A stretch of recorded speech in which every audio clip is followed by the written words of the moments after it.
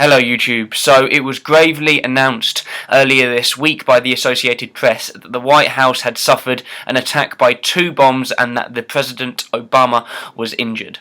As a result, the Dow Jones plummeted over 140 points and general chaos ensued throughout the world. Just in case some of you actually use me for your primary news consumption, those things haven't actually happened. Although, earlier this week, the Associated Press Twitter account was hacked, and they did tweet out that those things had happened.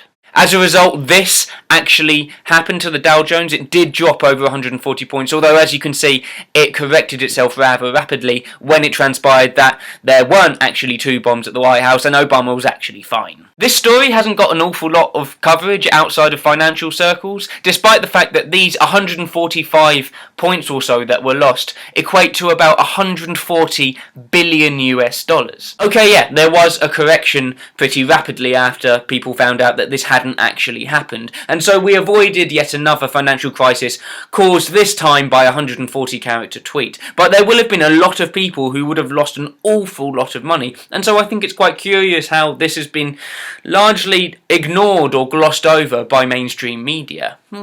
Interesting. What coverage there has involved media professionals dancing on the preemptive grave of Twitter, saying that this incident proves that it is not yet a mature enough form of media for it to garner the amount of attention that it gets now. I, however, think that it says less about the medium itself and more about the fact that Associated Press was stupid enough to not protect their passwords for their social media outlets enough. So my question for you today is, do you think that this blip that equated to $140 billion, do you think that it shows that social media is not yet mature enough to be a reliable source of news? Do you think that the medium is too quick to act without verifying information? Do you think that it's too underregulated for it to be a genuine source of news? Let me know in the comments. Go downstairs, find somebody to have a debate with. Defend social media if you want. Vilify it if you feel that you need to.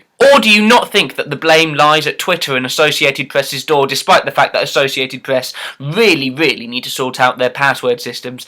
But do you think that maybe this shows something negative about the way that the Dow Jones is functioning? Do you think that Wall Street is too quick to act without being verified and too underregulated?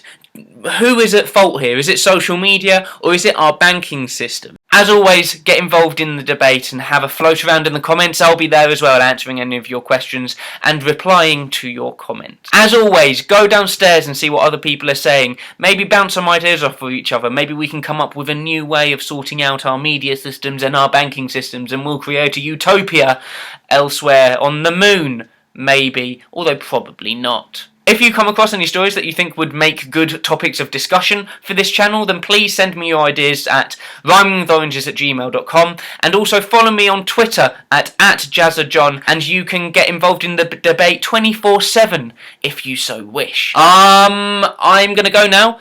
Have a good one. Thank you for being involved. Bye.